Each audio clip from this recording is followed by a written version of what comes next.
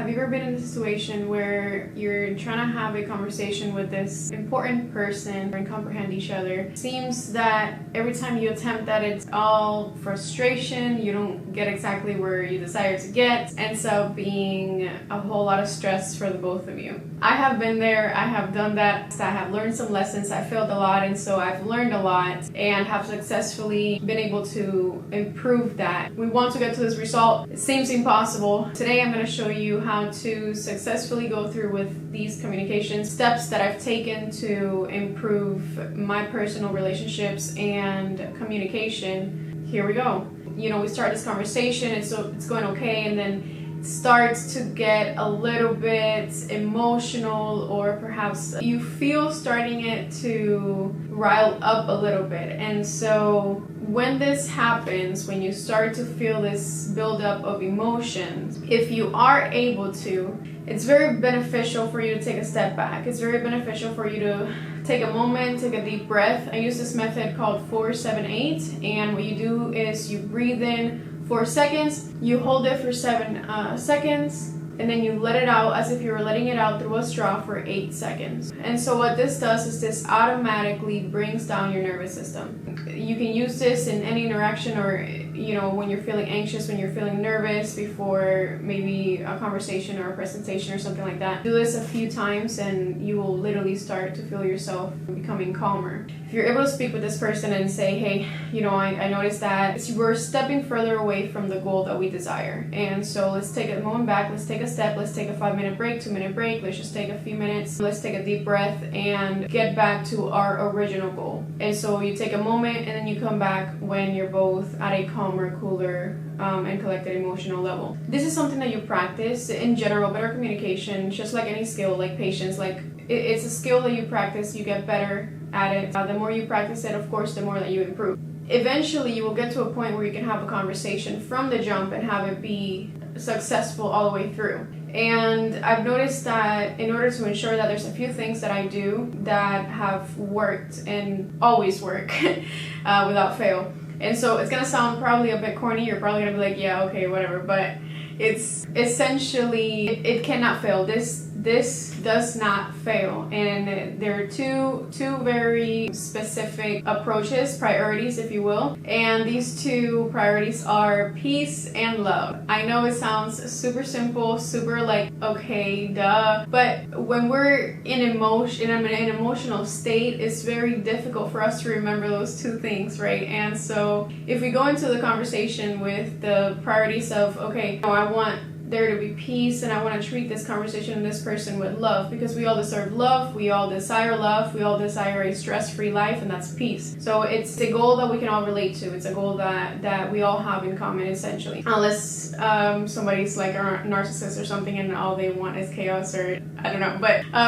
in general, I think humans seek peace and love, even if they may not think that they are. Sometimes we even self-sabotage,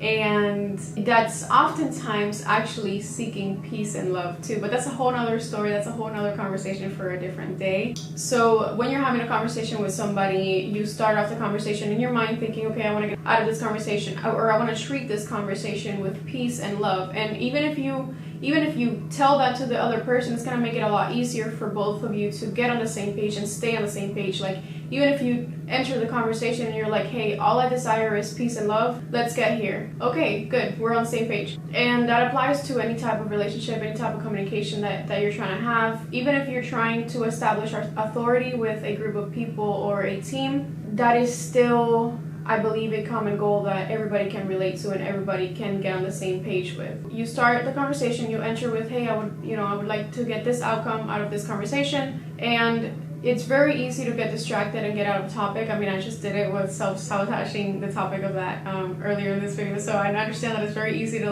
lose track, but as long as you're able to pull yourself back and the other person to where you would like to, back to where you would like to go, or maybe forward to where you would like to go. Staying on topic is essential to having a successful conversation with a very specific goal in mind. And so you approach it with peace and love, and with that comes compassion and empathy. And so if you notice that somebody else is getting a little bit more emotional, or maybe you are, but we're only responsible for our own actions. We can only take accountability for our end of things, and so we can't do that for anybody else. So if you notice that somebody else may be starting to get a little bit emotional, perhaps try to have a little bit more empathy and curiosity as to, okay, well, let me put myself in the shoes of that other person. Maybe they're dealing with something. Maybe they have a lot going on. Maybe they have some sort of really stressful situation in their lives with their family, with their work. Maybe they have their own insecurities and their own fears that they're dealing with. You never know. So that's why I recommend that we move with empathy in these conversations, because it's easier to remove the pressure from yourself when you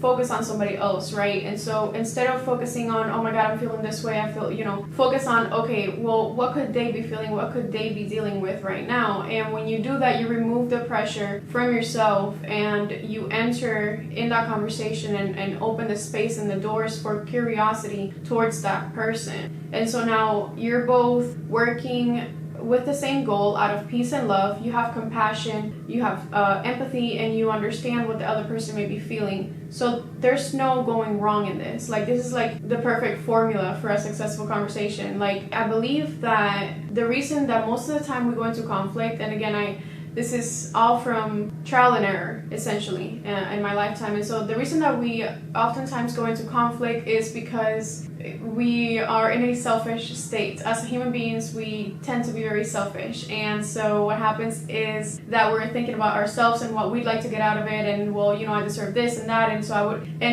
nothing good comes out of that. When you remove yourself and think about the other person, it not only relieves a ton of pressure off of yourself, but it opens the opportunity to not only reach deeper levels in conversation that you wouldn't be able to otherwise reach, because now you're providing an area of comfort, you're providing a safe space, not only for yourself, but for that person. And so peace, love, compassion, empathy, putting yourself in the other person's shoes and not thinking about yourself and your needs. Yes, it's okay to keep the goal in mind, but we oftentimes make the mistake of prioritizing ourselves, our own selfish needs, and this eliminates the possibilities of a successful conversation. At least in my trial and error, in my experiences, that's how it's kind of played out in different scenarios in my life. And so I've come to understand that I've never ever failed with love.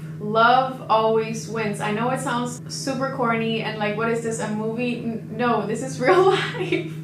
And in this world, unfortunately, we're missing a lot of love. And a lot of times, we may judge somebody and we're like, why is that person that way? It's like they probably don't have a lot of love, or just don't know how to receive and accept love. Like, there could be a million reasons, but I guarantee that like 9 out of 10 times, love is probably one of them. And so when we provide this safe space and we're vulnerable to not only open up ourselves to somebody else, but allow them to be able to open themselves up to us, it makes everything flow a little bit easier. So once again, to come to the conclusion, for successful communications in difficult scenarios, we got peace and love to start with. That is the goal, that is the common ground. And then from there we have empathy, which is putting ourselves in their shoes and thinking about, okay, well, what could they be dealing with? Let me see how I can help. Compassion ties into that as well. Again, I cannot stress love enough. I feel like that is such a big missing ingredient that from conversations that don't go the way that we desire because of that lack of empathy and love. And so peace, love, compassion, empathy, they sound simple, but once you practice them, it's like a magic ingredient. It's like a secret sauce that we forget to add to our conversations. And so try it out, apply it in your next conversation, and see how it goes, and let me know how it goes. I would love to hear all about it. I hope that this was helpful. I have used this method many times in my life, and I've had a lot of very successful conversations and deeper conversations that I could have never even imagined happening if I hadn't applied those. And so I wish you the best. I hope that you apply this. I know it's going to work for you, so I hope that you apply it and you let me know how it goes.